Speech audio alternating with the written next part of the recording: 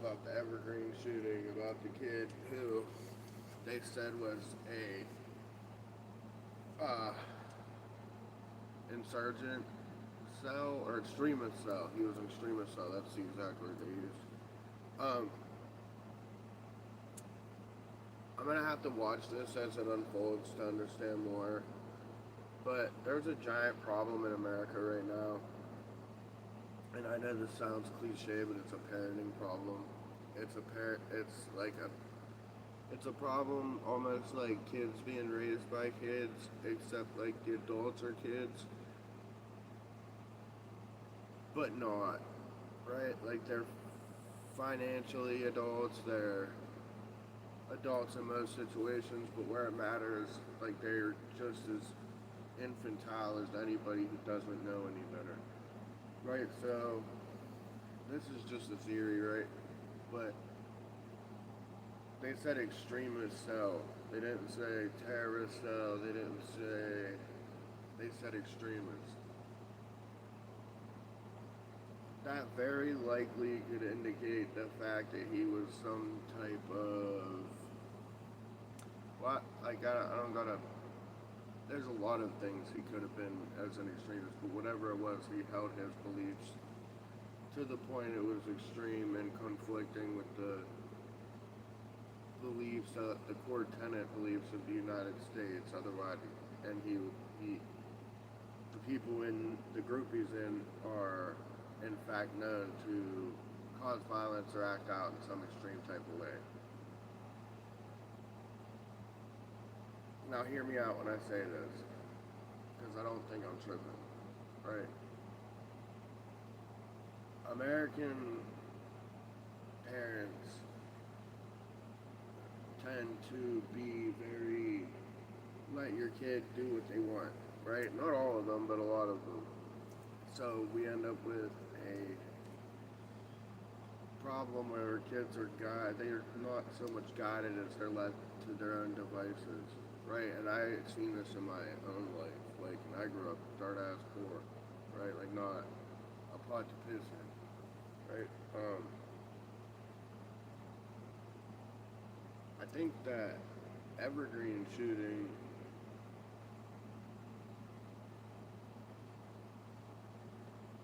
what that boils down to is that was a kid that, despite what their parents say, despite what they get on the camera and say, who didn't have guidance, who didn't have someone telling him what they should do. He probably had someone at home preaching like this and that, but no one actually with the foundational guiding playbook so he knows how to live his life or do things, because like you're not just in high school joining extremist groups or even willing to participate in extremist ideology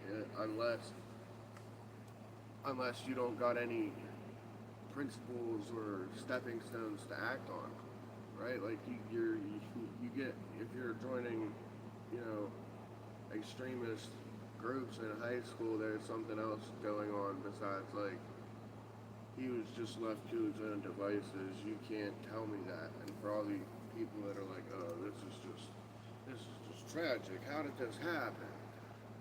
Well, I mean, have you been a part of America for like the last bunch of time? You know what I mean?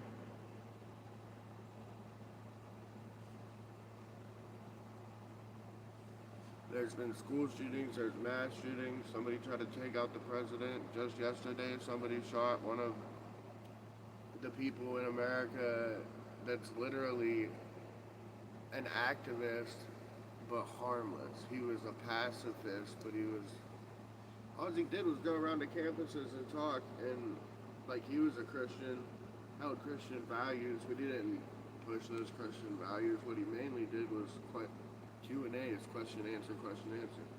And now the man's dead for what? For what? his wife and kid. Like, that's crazy. And then nobody put this on the news that there was just a school shooting, right? Why isn't that on the news? I mean, it is here and there, and like, in all fairness, Charlie Kirk was a staple to the nation, and school shootings happen quite often at this point in America. So, like, as far as priority goes, I don't understand how that works. What it really is if they pay enough, they run the news station. So if you're a big corporation and you're getting paid and you're the newscaster, you're doing whatever the guy above you tells you to be doing is what matters. But I mean, if you're weighing it out, like, as a human, that was a child. That was child on child crime, essentially. And this was adult on adult crime. The child on child crime should kind of take priority in any measure of that, you know?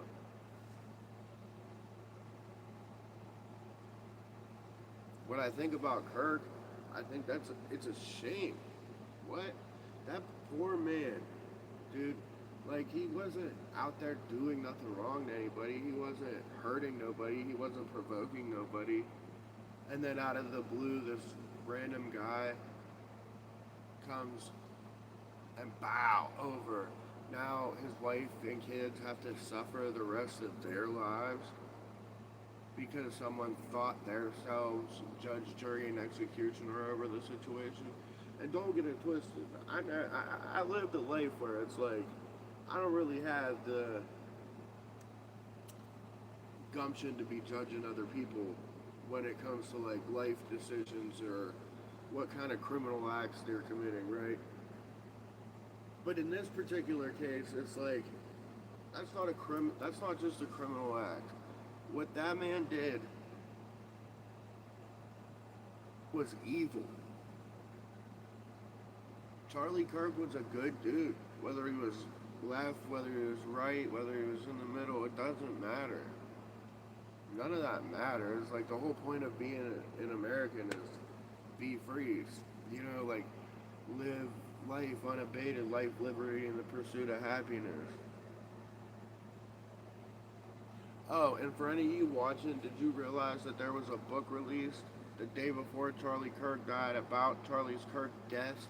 About Charlie Kirk's death with witness testimony. Now, how the fuck is that even? How is that possible? How did that happen? This sounds crazy, and you know, here goes people with the time travel bullshit, but somebody's either a time traveler or this was well established that this was gonna happen. Like, there's no doubt about that. Because you don't just put out a book, you don't just have it already finessed and planned out. You guys can't hear me?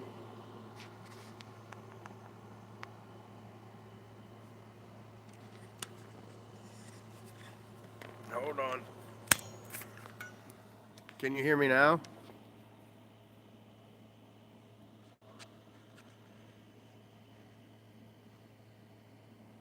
Can you hear me now? Alright, bet.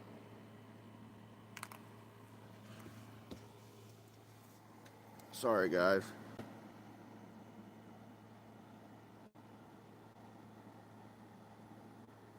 Yeah, this is 100% some type shit.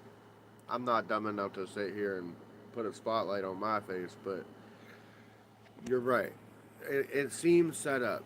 But okay, there was a card game. For any of y'all who didn't know that there was a card game in the 90s that came out, it was called the Illuminati card game, right? And it predicted 9/11, COVID, all of it. Like, it literally has it all in there, right?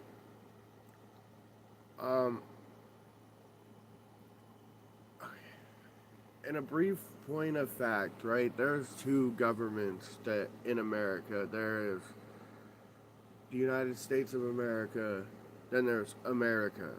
One's a corporation, one isn't, right? And when you figure that fact out, everything else below that makes sense.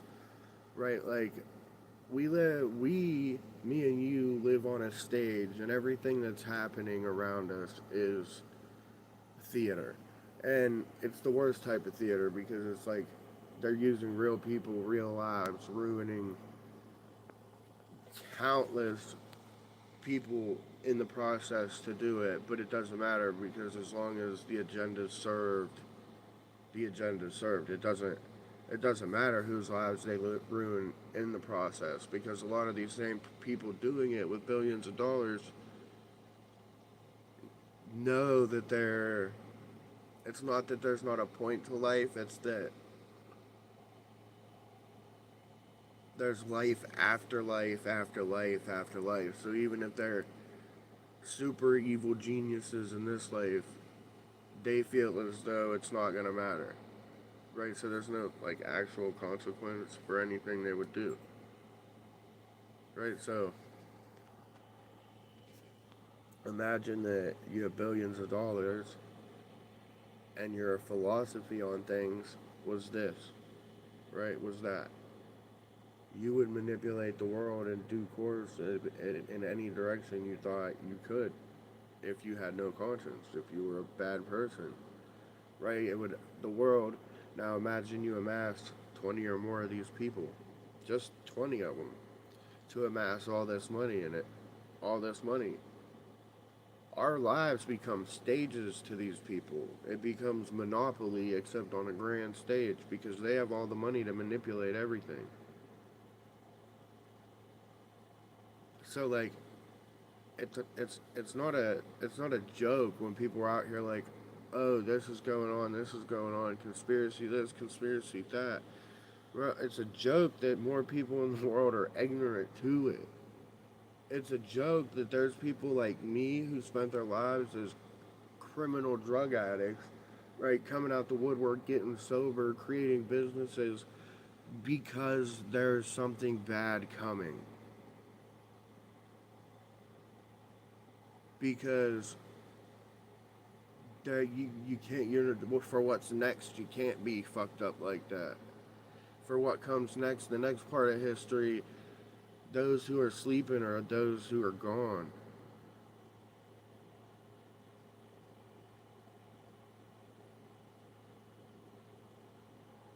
The card game I was talking about is called, yeah, it's called the Illuminati card game, literally. See, there's this theory about evil, right, in the world. The theory goes that the world is run by evil. Ultimately, there's one God, there's one creator, there's one light consciousness that permeates through everybody that controls everything. But the world itself is run and dictated through evil forces, right? Humanity itself is of light. So, because we have to operate in this space that's of the darkness, even though it is made by the darkness, they have to reveal themselves. They don't have to tell on themselves, but they have to give themselves away in ambient different ways. So if you're paying close enough attention, you can see the scoreboard. Right? So like there's evil all around you, yeah, there's people doing evil shit, but they have to give themselves away. It's like a part of I don't know this to be undeniably a fact, but it seems very factual that it's almost an undeniable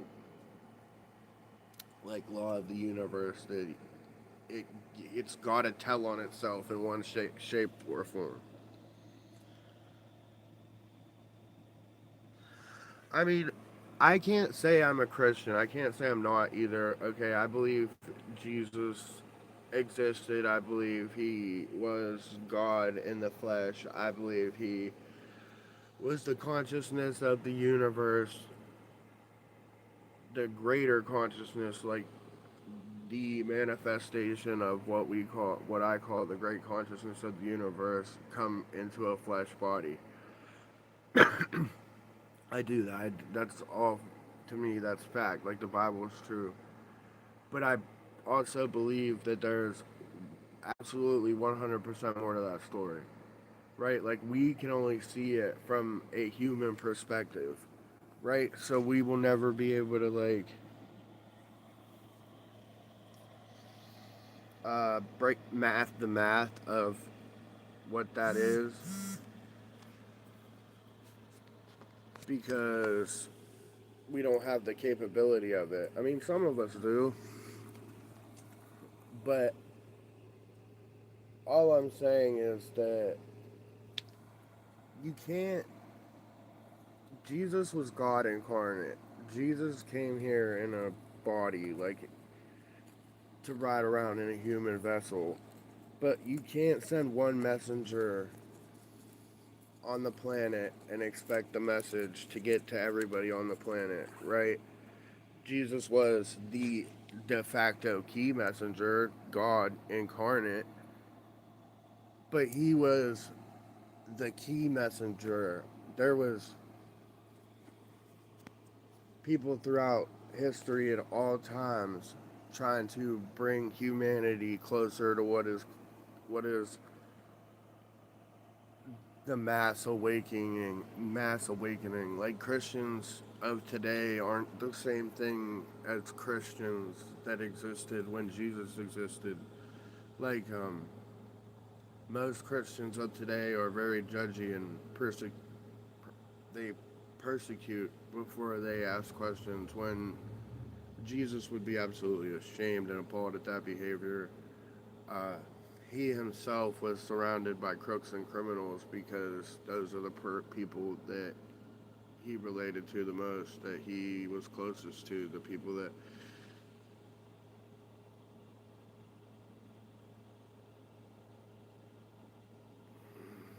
I th- uh, jeez, random. I think you would be very surprised at how many people were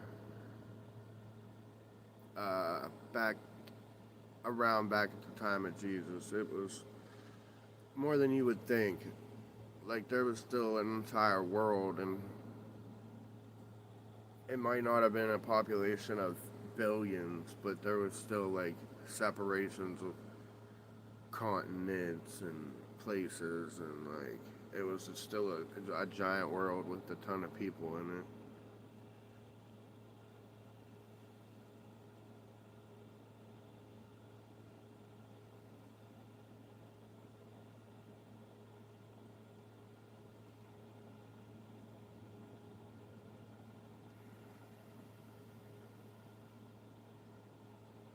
I don't think he's blocked from helping anybody on Earth.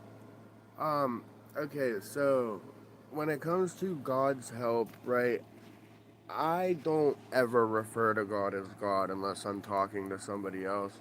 To me, I don't have to refer to God as anything. Like I am under the understanding that it can read my thoughts, my consciousness, it knows what I'm thinking. It knows my intention. It doesn't need to know my words. It knows before it comes out of my mouth.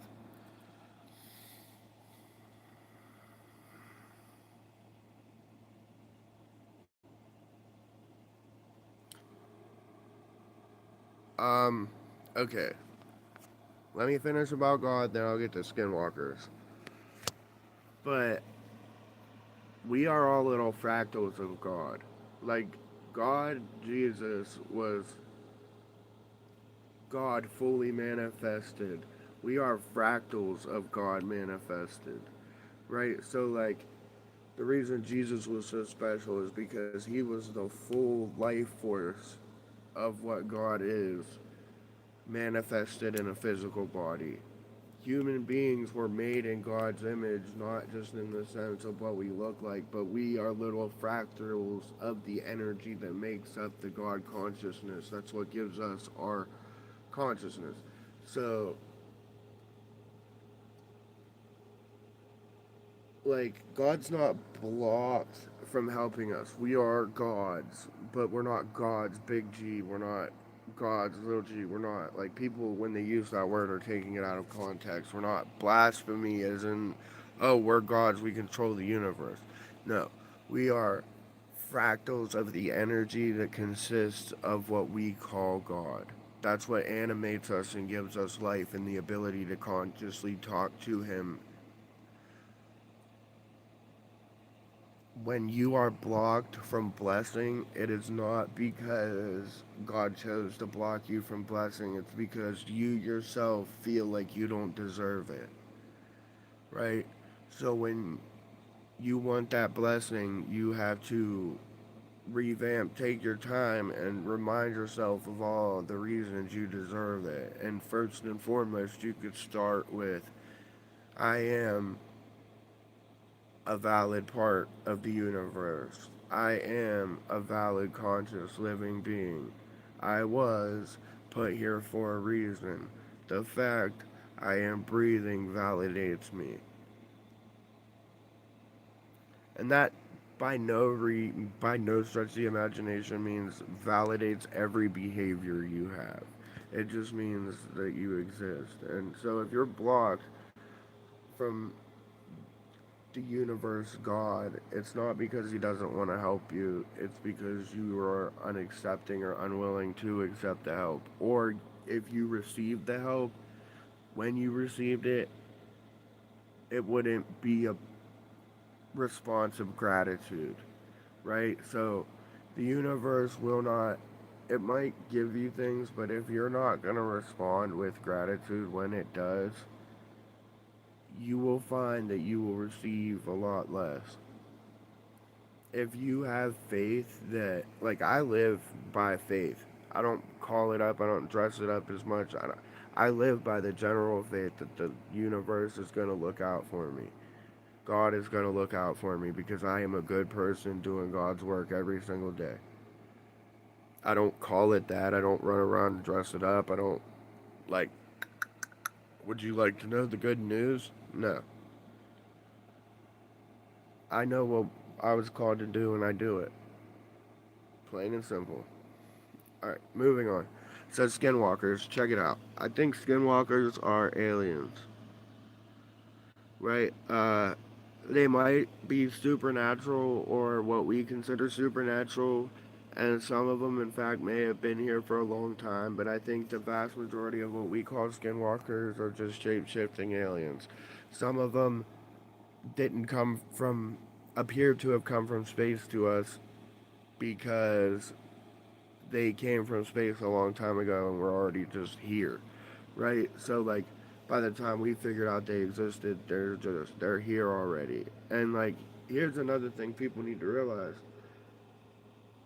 humans, the vast majority of us, are aliens. We are foreign to this planet. We have more in common with a space rock than we do anything around us, right? So the vast majority of us. Do I think some skinwalkers are created by the government? Was that the question? Or do I think aliens are created by the government?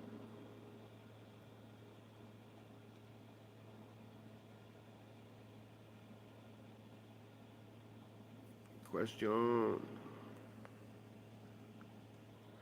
Okay, I think our government's super intelligent in a lot of ways, but I think the things we see that are mostly run around and created, right, weren't created by our government. They were created by beings that are vastly more intelligent than humans because we've been working alongside aliens since documented the fucking 60s, probably earlier than that, probably the 40s, but like the first, like we can for sure say that they're undisputed is documentation for the 60s and up. So do I think they were created by our government? No. I think there is supernatural things in the world still.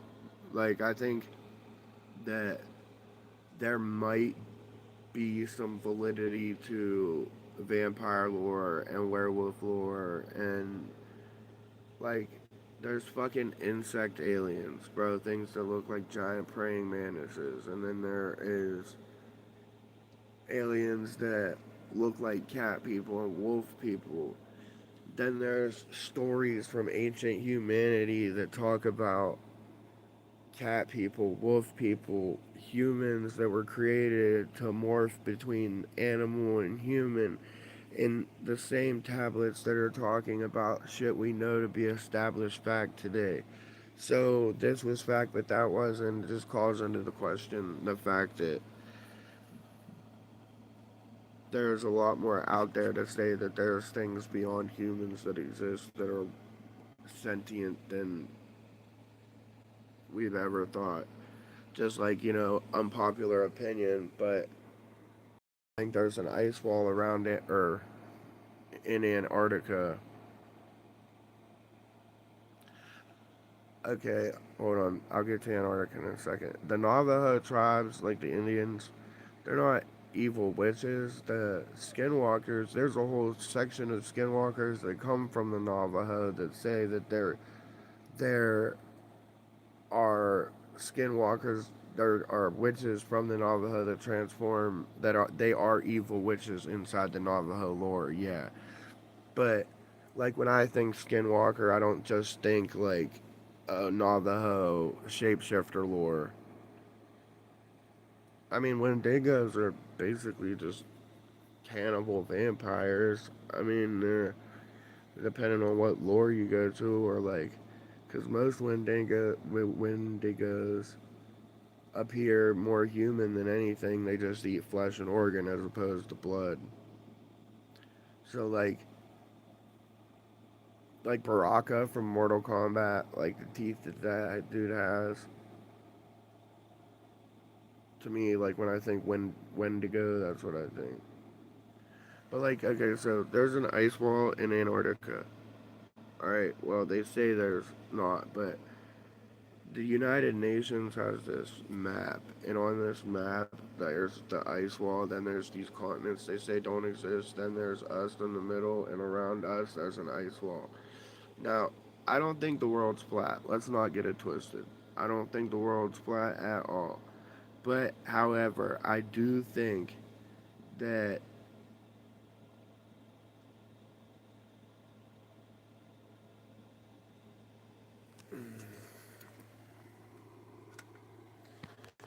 Alright, I think that if you took a circle and put a dot in the circle, we're the dot inside the circle in the ice wall, right? I think the argument that the world is flat because of that is invalid, right? I think the world is so big that from a perspective, it looks flat, but I do think there's validity in the idea that there is an ice wall there, and that's what keeps us from not knowing that there's other things. The world is still round, but like if you think about it, the vastness of the earth, and there's only the amount of continents and people that there is on it, right? Now, if we were boxed in by an ice wall on the tip or offshoot side of the planet, right? But this ice wall is so vast in scale that even when we shot up in a rocket to space, we still only see a big section of what appears to us to be a globe. But really, it's just the tipping, just the beginning point of us being able to see the place we're in fact trapped inside.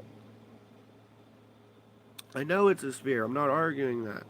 What I'm saying is that if you go to Antarctica, right? Say you see the ice wall, right? Now, how could there be an ice wall the whole way around, or at least what appears to be there, and us not be locked in, right? But people would say that because there's an ice wall there, and that it is that we are on a flat surface. I disagree. I think we're on a sphere, but we're sectioned off to one small point of this sphere. So the only things we got, what we've interpreted as a globe's worth of places, a whole world's worth of places are limited to a section of this sphere we're floating on. Right? So it's like we're chilling on a sphere inside their ice wall, and on the inside of the most out wall, the outer wall of the ice wall would be these like ocean and continents. Then there's the inner ice wall. Then there's us, right? So like, yeah, I'm gonna start trying to do streams every day. I hope. Like, I don't know. I feel like some days I'm on a roll with it. Some days I'm not. But if you're on tomorrow, I'll see you guys. I'll see everybody tomorrow. Good night, guys. Rest in peace, Charlie Kirk. And thanks for everybody who was watching.